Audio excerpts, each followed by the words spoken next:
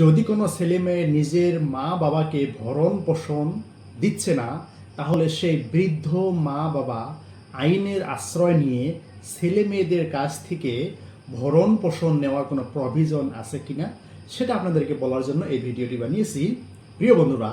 যদি তেমন কোনো ঘটনা ঘটে থাকে এবং নিজের ছেলে মেয়েরা বৃদ্ধ মা বাবাকে ভরণ পোষণ দিচ্ছে না, তাহলে সিআরপিসি ক্রিমিনাল প্রসিডিউর কোড 1973 ধারা 125 মোতাবেক সেই বৃদ্ধ মা বাবা আদালতে গিয়ে ভরণ পোষণ এবং খোরাকি দাবি করে মকদ্দমা করলে ম্যাজিস্ট্রেটের সাক্ষীবাদী শুনানির পর সেই ছেলে মেয়ের বিরুদ্ধে মান্থলি খোরাকি দেওয়ার জন্য আদেশ জারি করবেন। এইভাবে বৃদ্ধ মা বাবা ছেলে মেয়েদের কাছ থেকে মান্থলি ভরণ পোষণ পাওয়ার হকদার আছে। একজন বিবাহিত মহিলা বিবাহর পর তিনি স্বামীর বাড়িতে গিয়ে ঘর সংসার আরম্ভ করেছিলেন এবং স্বামী অত্যাচার এবং মারপিট করে স্বামীর গৃহ থেকে খেদিয়ে দিয়েছে এবং সেই অসহায় মহিলাটি বর্তমান তেনার বাবা মার বাড়িতে আশ্রয় নিয়েছে, কিন্তু সেই বাবা মার আর্থিক অনাটনের জন্য সেই মেয়েটি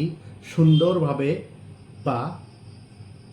আরামদায়কভাবে চলতে পারছে না এবং সেই মেয়েটি এখন কি করবেন সেটা একটি আইনি পরামর্শ জানতে চেয়েছি। তাই আমি সেই মেয়েটিকে পরামর্শ দিব যে যদি তেমন ঘটনা হয়েছে তাহলে সেই মেয়েটি আপনার জেলায় থাকা আদালতে গিয়ে সিআরপিসি ক্রিমিনাল প্রসিডিউর কোড 1973 ধারা 125 মতে আপনি খোরাকি মামলা মেনটেনেন্স অ্যালাওয়েন্স কেস আপনি দায়ের করতে পারেন এবং ম্যাজিস্ট্রেটে শুনানি এবং সাক্ষীবাদী নেওয়ার পর স্বামীর